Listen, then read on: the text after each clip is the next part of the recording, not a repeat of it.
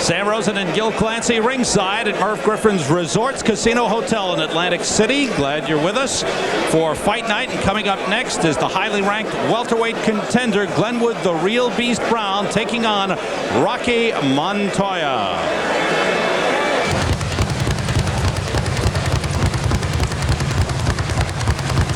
Glenwood Brown likes to stay busy as he continues his quest to become welterweight champion of the world. He's had 2 title fights in the last 8 months, but he had to go to court before he finally got his first shot. The legal hassle served as a distraction for Brown, who went from a very busy fighter to one who was not very active and was very frustrated while waiting for his chance at the title. That chance finally came last October against the experienced Maurice Blocker. Brown started well, banging away at his taller opponent, giving Blocker plenty to worry about. But then Brown got away from his game plan, went headhunting. When his big punches missed, he paid for it. The veteran Blocker turned the fight around, and by the end was giving the younger Brown a boxing lesson. When it was all over, Maurice Blocker was the IBF welterweight champion of the world. And for Glenwood Brown, it was a disappointing loss, but not a devastating loss, because 3 months later, Brown was challenging WBA champion Meldrick Taylor. Once again, Brown was strong early in the fight, landing a big left hook that put Taylor on the seat of his pants. This time, Brown remained under control throughout the fight, giving the champion a battle right to the end. But even though he knocked down Taylor twice and showed he could box with a speedy Taylor, Brown lost the decision.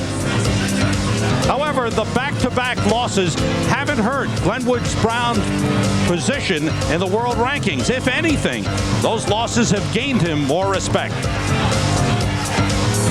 I think I learned a lot from that, and from that fight, it'll make me fight even harder and more determined to, fight even stronger in the later rounds. So it just make me, more determined. You think you're a better fighter because of those 2 losses? Yes, every fighter, they get in the ring, and when they get into a top fight with somebody, they have a tendency to slack up, and by me having those 2 fights with those 2 quality fighters, it just make me learn even more and more. So I think I'm a better, improved fighter now. Were you worried that those 2 losses might have hurt your ranking in the world standings?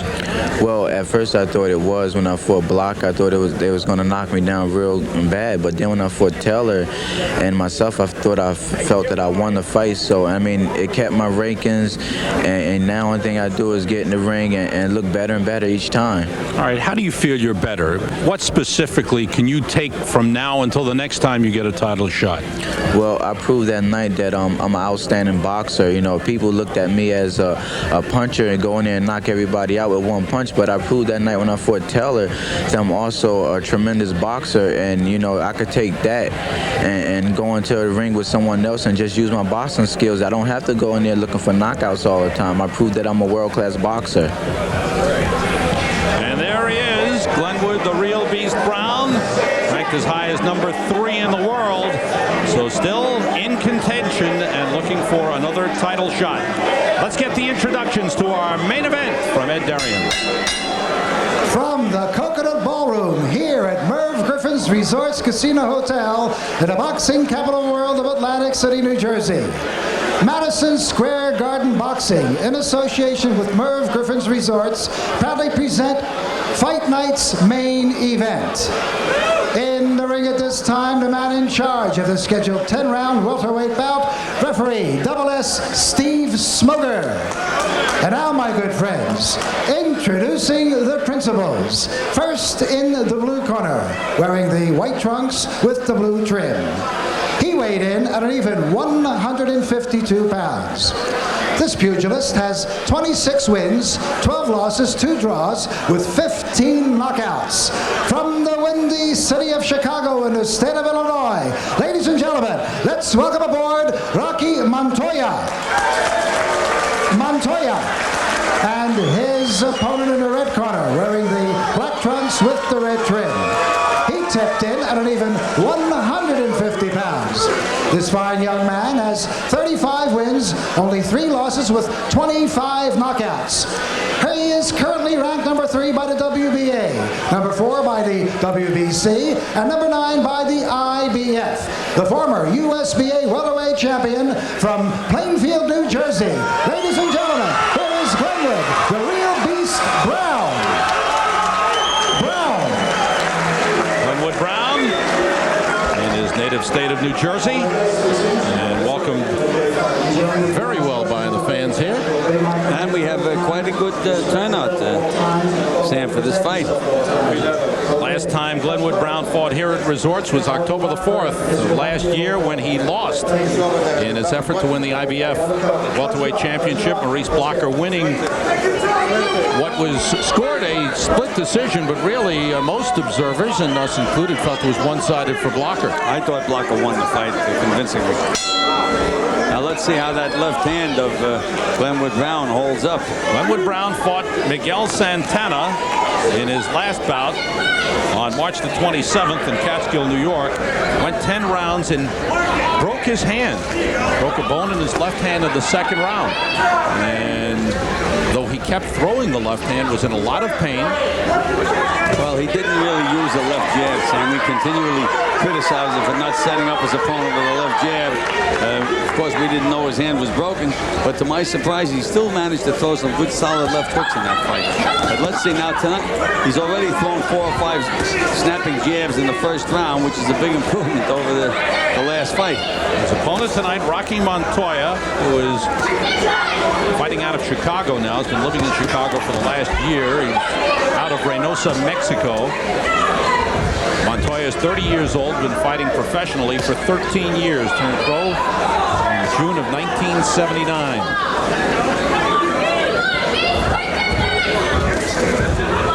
Montoya has not been very active the last 3 years. One fight in 1990, one in 91, and one this year. It was an 8-round decision over Walter Cowens in Gary, Indiana, March 27th.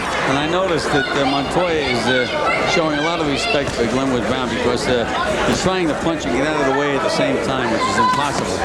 Good combination by Brown, landing the right hand. Montoya and his manager, Ray Sepulveda, watched tapes of Glenwood Brown. They said they're very much aware of Brown's left hook. Good work by Brown on the inside. Good short left hook by Glenwood Brown. Very effective punch.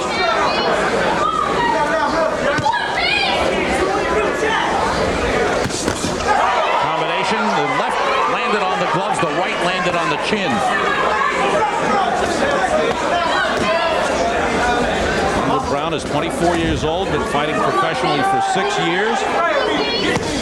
Lands the left hook, and the second one sends Montoya down. Up at 3. And still shaky. He may not be able to continue. Let's see. Ray says he's okay. Steve Smoker takes a look. I remember we have the 3 knockdown rule in New Jersey. A staggering Montoya is able to make Beautiful combination by Glenwood Brown. Beautiful 4-punch combination. right hand landed. Good right to the body by Brown as well. Going upstairs. Montoya looks completely discombobulated right now. Final seconds of the first round. Good right hand landed by Brown. Another combination. Found very effective in this first round. Good right hand staggers Montoya just before the bell. A big first round for Glenwood Brown. Steady yourself now. The punch is a half a weave, remember. Get nice and steady, jab him, and then half a weave and hit him with a left hook to the chin.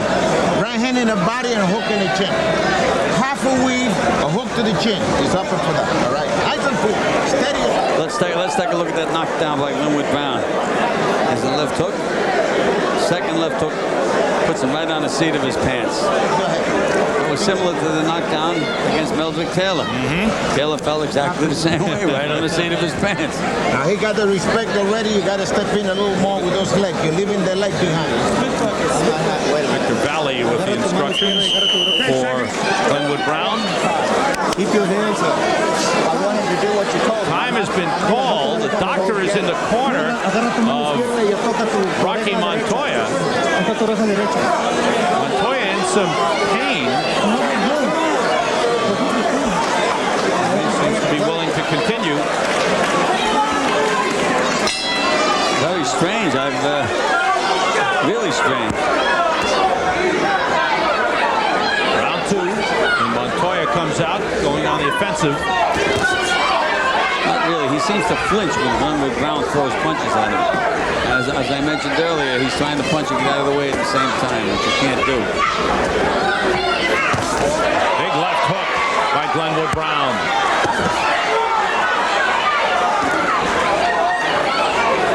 Montoya weighed in this morning for the first time at 155. Big trade, and Brown getting the best of it. Montoya backing up. And you have to remember that when Montoya was at his most effective when he was fighting at 140 pounds. So we would have to question his conditioning for this fight. Glenwood Brown leading with the left hook a lot.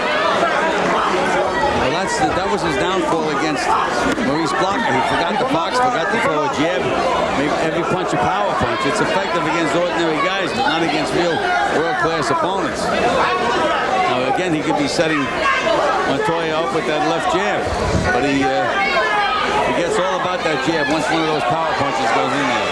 Trying to put a 1-2 combination together. Big left hook, right hand combination. The right hand scoring for Glenwood Brown.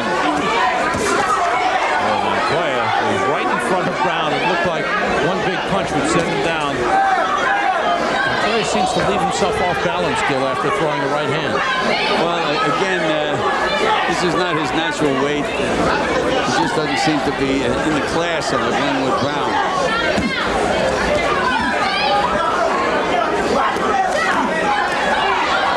I think Glenwood is just playing right now, trying to get some work in there.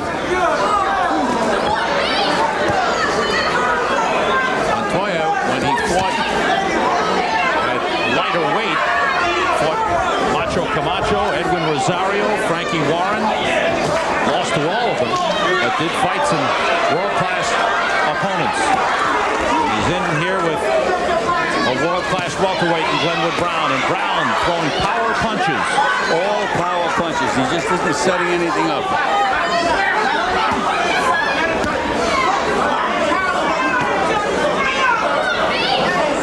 Brown letting Montoya take the lead a little bit. Well, I think he's just trying to draw Montoya in right at the moment. He knows what he has in front of him. A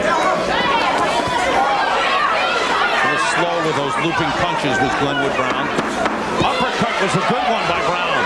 Surprised Montoya. And then Brown walked into a straight right hand. End of the second round.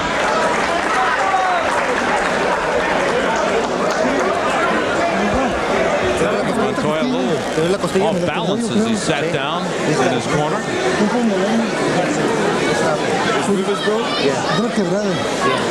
Doctor, we're going to stop it. Once again, the doctor's coming in. Looks like the fight's going to be stopped. He feels his rib is broken. His rib.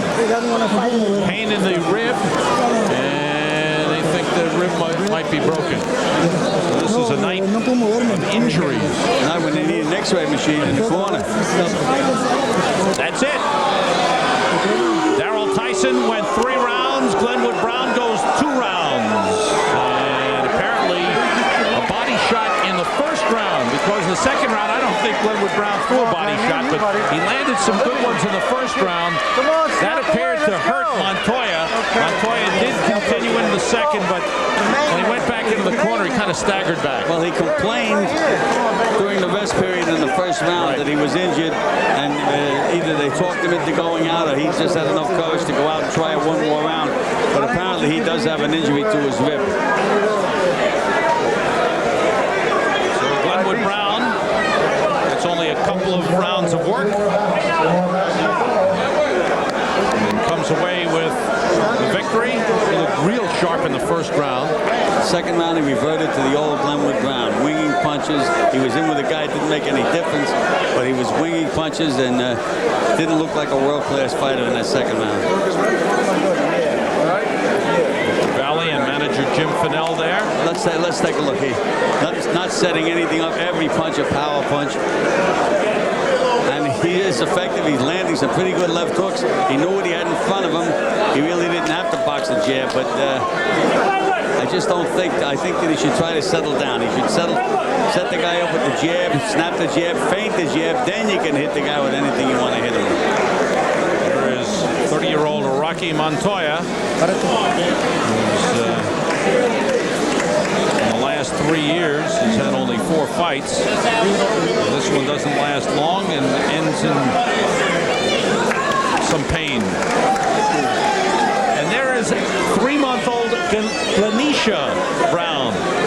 Okay, did you get that? With Brown's daughter. Is Steve Smoker going steady with that kid? Very happy Glenwood Brown in the ring. Let's get the official announcement from Ed Darian. Ladies and gentlemen, Principal Roque Montoya unable to continue. Therefore, referee Double S Steve Smoker stops this bout at the end of the 2nd round.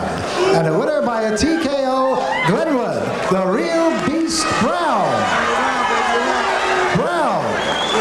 A nice round of applause for 36 Roque wins Montoya. for Glenwood Brown, 26 by knockout. He is 36-3. Tries to get himself back in a position to challenge once again for the welterweight championship. Came into tonight's action ranked number 3 by the WBA and number 4 by the WBC. Landed some big bombs, sent Montoya down in the 1st round, and went on to a TKO victory. We'll be right back.